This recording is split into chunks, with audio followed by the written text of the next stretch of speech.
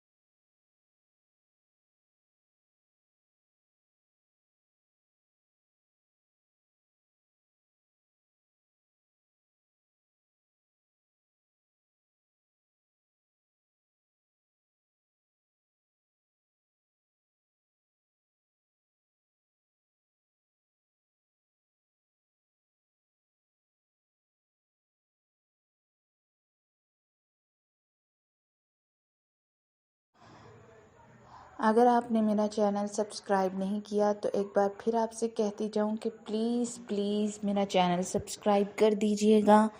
اور bell icon پہ دبا کر آپ کو فائدہ یہ ہوگا کہ آپ میری ہر نئی آنے والی ویڈیو کا نوٹیفیکیشن وصول کر سکیں گے اور اسے آسانی سے ریڈ کر سکیں گے. تو بیل آئیکن پہ ضرور دبائیے گا اور اس کے علاوہ میری ویڈیوز کو لائک کیجیے گا، شیئر کیجیے گا اور کمنٹ کر کے بتائیے گا کہ آج کی ایپیسوڈ آپ کو کیسی لگی.